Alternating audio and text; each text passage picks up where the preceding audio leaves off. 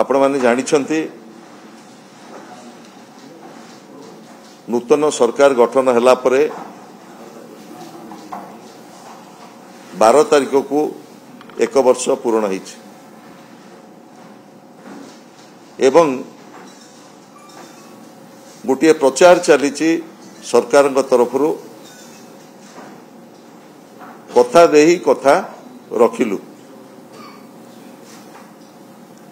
एवं जिला ठू आरंभ करी पंचायत पर्यंत सरकार विभिन्न उपलब्धि संपर्क में प्रचार करा जाउछि एवं गला काली भारत वर्षर संघर मुख्य प्रधानमंत्री महोदय ओडिशा आसीथिले एवं डबल इंजिन सरकार सफलतार विभिन्न कथा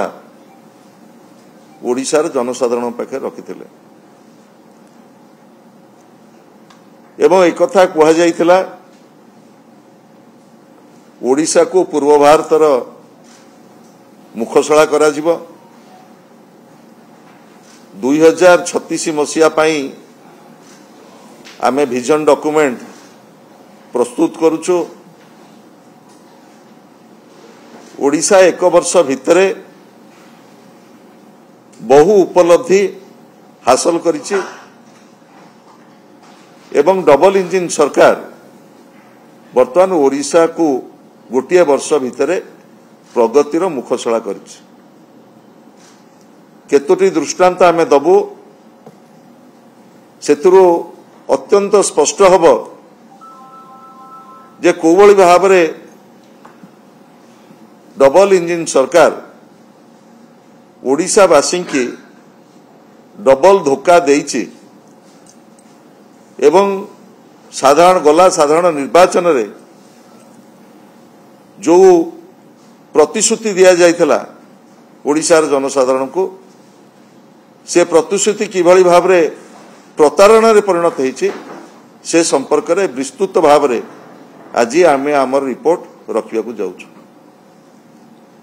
आपण माने जानिछंती विश्वर आराध्य देवता महाप्रभु श्री जगन्नाथंकर श्रीक्षेत्रर विकास करिवा पई विगत सरकार समय रे तत्कालीन मुख्यमंत्री नवीन बाबू नेतृत्व रे महाप्रभु श्री जगन्नाथंकर श्रीक्षेत्रर व्यापक विकास करिवा पई हाथ को निया जाइथिला कार्य ता भितर श्रीक्षेत्र परिक्रमा ठू आरंभ करी श्रीदांड ठू आरंभ करी मल्टी लेवल पार्किंग ठू आरंभ करी आपण मानकर जो जो प्रोजेक्ट निया जाइथिला से संपर्क रे मुटिके विस्तृत भाव रे आपण मानक पाखे रखिया को चाहे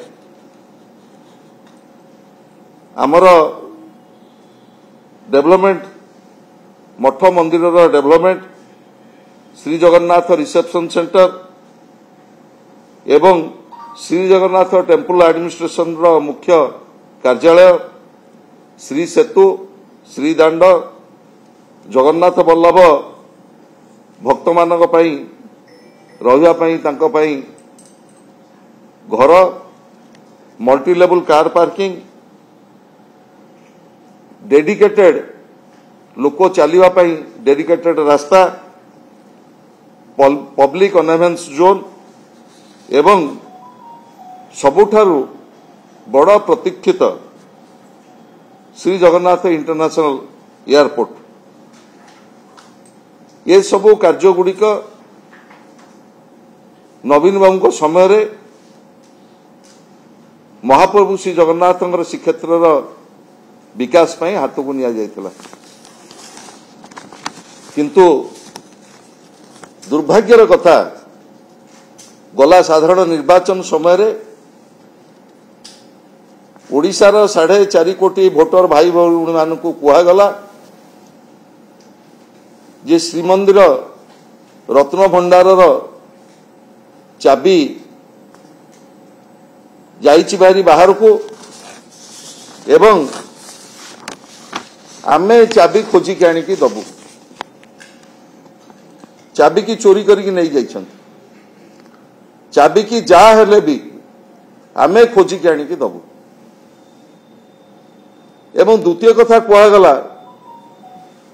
ये जहा जहा विकास हेछि से विकास को किभली भाव रे आगु को निया जीव विशेष करी महाप्रभु श्री जगन्नाथंकर जो चारिद्वार से चारिद्वार आमे खोलिबु रत्न भंडार चाबी आनिकी दबु एवं पुरी श्रीक्षेत्र संपूर्ण भाव में विकास करा जीवो आज आपण माने आज अनुभव करुथुबे जो भली भाव रे लक्ष लक्ष कोटि कोटि जगन्नाथ प्रेमी की जो भली भाव रे प्रतारित करिछि नुआ सरकार तार स्वीकारोक्ति महाप्रभु श्री जगन्नाथंकर आद्य सेवक गजपति महाराजंकर जो वक्तव्य आज समग्र हिंदू समाज समग्र विश्वर जगन्नाथ प्रेमी आज उद्वेलित एवं जगन्नाथ को ना को नहीं जो बड़ी भाव रे यही एक वर्ष भितर लक्ष लक्ष कोटि कोटि जगन्नाथ प्रेमी की जो बड़ी भाव रे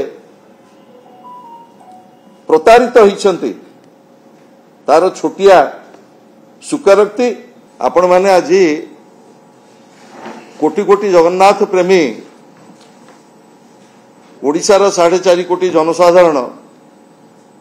आज ये जगन महाप्रभु जगन्नाथंकर आद्य सेवक गजपति महाराजंकर यही स्वीकारोक्ति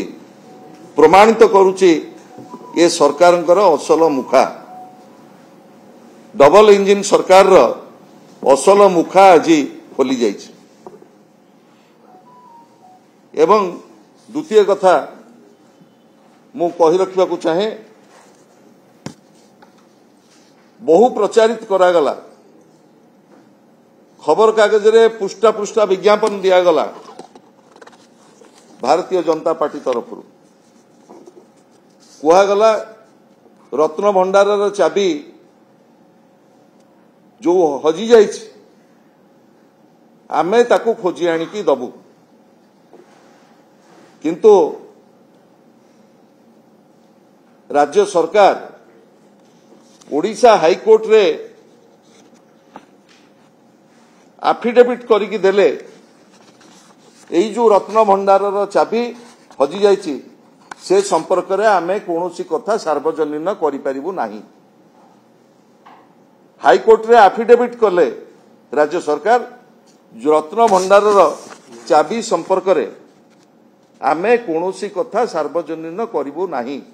ए कथा हाईकोर्ट रे एफिडेविट करिके देले एथुर आपण माने अनुभव करंतु सरकार जो डबल इंजिन सरकार जो द्वैत आभिमुख्य निर्वाचन समय रे कौन कहितिले एवं वर्तमान कौन कहउछन्ति एथुरु स्पष्ट जे किभली भाव रे डबल धोखा डबल मिछ कोटि कोटि जगन्नाथ प्रेमी की मध्य करा जाई पारे एवं आ गोटे कथा कहितिले आमे गणति मणति करिवु गोटे वर्ष पूर्ण हला रत्न भंडार रे जहा सबु महाप्रभु जगन्नाथंकर रत्न अलंकार रही तार गणति मणति प्रक्रिया केते बाट गला ताकू मध्य आपण माने विचार करिवे एवं सबुठारु दुर्भाग्यर कथा आउ 5 दिन परे महाप्रभु श्री जगन्नाथंकर विश्व प्रसिद्ध घोषयात्रा अनुष्ठित हब। प्रभु वर्तमान अणसर रे अलारनाथ पीठरे दर्शन चली महाप्रभुंकर एवं सेतेबेले कहितिले हमरो जे आमे टोटाल ई जो मंदिर जगन्नाथंकर मंदिर परिचालना करिवा पई परिचालना कमिटी आउ 4 दिन पर घोषयात्रा किंतु 1 वर्ष भितरे मंदिर परिचालना कमिटी गठन हो पारिला नहीं। ये बोध हुए ओडिशा इतिहास रे ये प्रथम थरक एमिति एक घटना महाप्रभु श्री जगन्नाथंकर परिचालना को नहीं परिचालना कमिटी गठन न होबा 1 वर्ष मध्यरे ये अत्यंत दुर्भाग्यजनक एवं महाप्रभु जगन्नाथंकर सेवा नीतिकांति परिचालना ये समस्त कथा को सुनियंत्रित करबा पई जो परिचालना कमिटी स्वतंत्र भाव में अधिकृत ये परिचालना कमिटी गठन न होबा 1 वर्ष मध्यरे तार विचार ओडिशावासी कोटि कोटि जगन्नाथ प्रेमी करिवे। एवं द्वितीय कथा को मु जाउची एठी कुहागला 1 वर्ष पूर्ति रे जे ओडिशा को पूर्व भारतर विकास आम मुखसला करूँ। डबल इंजिन सरकार सबु प्रकार इन्वेस्टमेंट आनिबे ओडिशार अर्थनैतिक प्रगति हब ओडिशा को बहु इन्वेस्टमेंट आसीबो किंतु आमर जो सेंट्रल ग्रांट आमे पाऊ से सेंट्रल ग्रांट जहाँ दिया जाइछि 2023-24 रे आमे पाइथिलु 21,000 कोटी किंतु डबल इंजिन सरकार आसिला परे 2024-25 रे ता कसिकरी आसिकी पहुंचिलाणी 17,000 कोटी जोटा सर्वकालीन आमर कमिची 18% को कमिची आमर केंद्रीय अनुदान ओडिशा ये हला डबल इंजिन सरकारंकर ओडिशा प्रति ये गोटे उपलब्धि नुह ये ओडिशा प्रति गोटे ऐतिहासिक अवहेला कहले केंद्र सरकारंकर अत्युक्ति हब नाही। कारण आमे जेतेबेले नवीन पटनायक ये राज्यर दायित्व नहीं थिले 2023-24 आर्थिक वर्ष रे आमे केते पाइथिलु एवं नूतन सरकार आसिला परे सेतेबेले 2024-25 आर्थिक वर्ष रे ए जो 18% केंद्रीय अनुदान कमिला राज्य को केंद्र सरकारंकर ओडिशा प्रति वैमातृक मनोभाव ओडिशा प्रति जो भाव यह अत्यंत स्पष्ट। ओडिशार खनिज संपद ओडिशार कोयला ओडिशार प्राकृतिक संपद ओडिशार बेलाभूमि ओडिशार 3 पोर्ट एवं विशेषकर आमर पूर्वतट रेलवाई आमे कोटी कोटी टंका सेंट्रल एक्सचेकर को कंट्रीब्यूट करुला बेले ओडिशा प्रति केंद्र सरकारंकर यही जो आभिमुख्य केंद्रीय अनुदान जो बड़ी भाव में 18% राज्य को कमई दिगला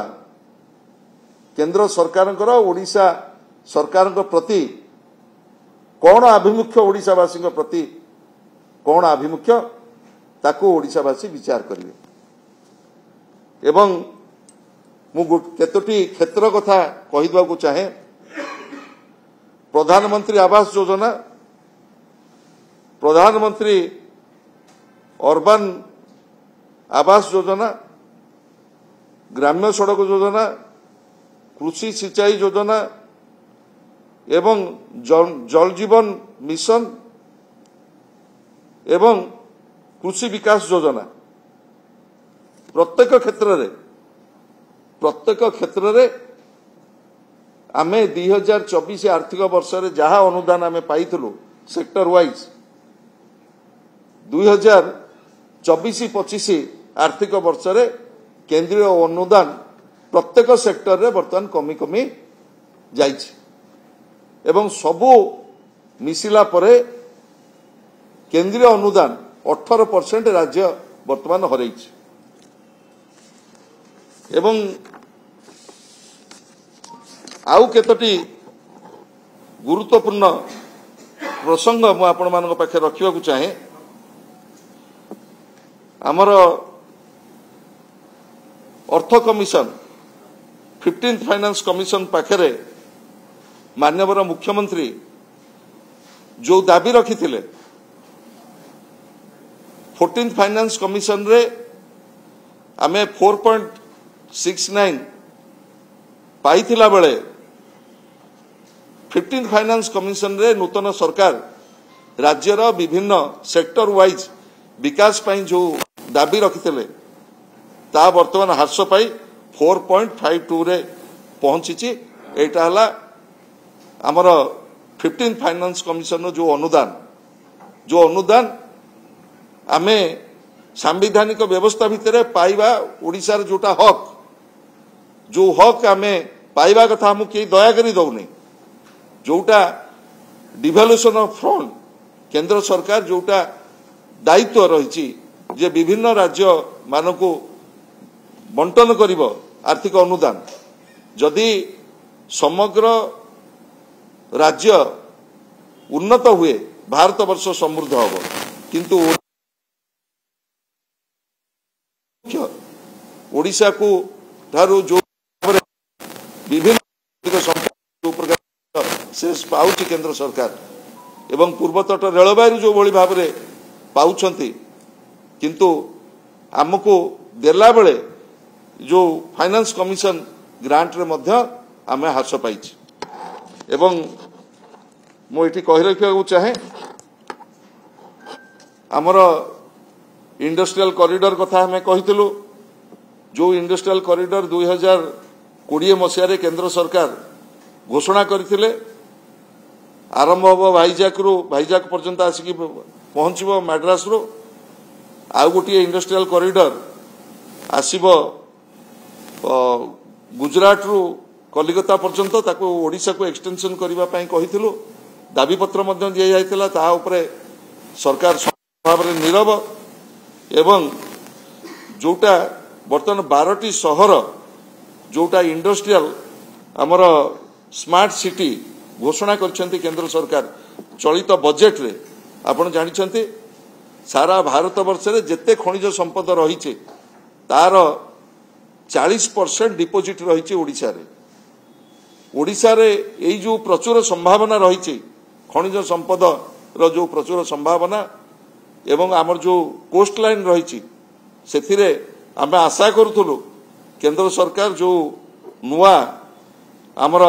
इंडस्ट्रियल स्मार्ट सिटी घोषणा करेंगे निश्चित भाव में ओडिशार कौन सहर रहिबो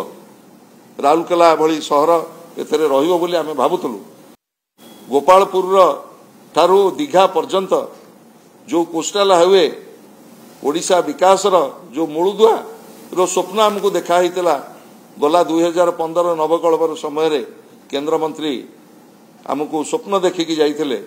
कोस्टाल हाईवे हब ओडिशार अर्थनैतिक विकास हब ओडिशार पर्यटन ठू आरंभ करी आर्थिक विकास रे एक मूलदुआ पड़िबा कोस्टाल हाईवे से कोस्टाल हाईवे संपूर्ण भाव में बातिल कर जो 4 लेनिंग कोस्टाल हाईवे को 2 लेनिंग करने वर्तमान केंद्र सरकार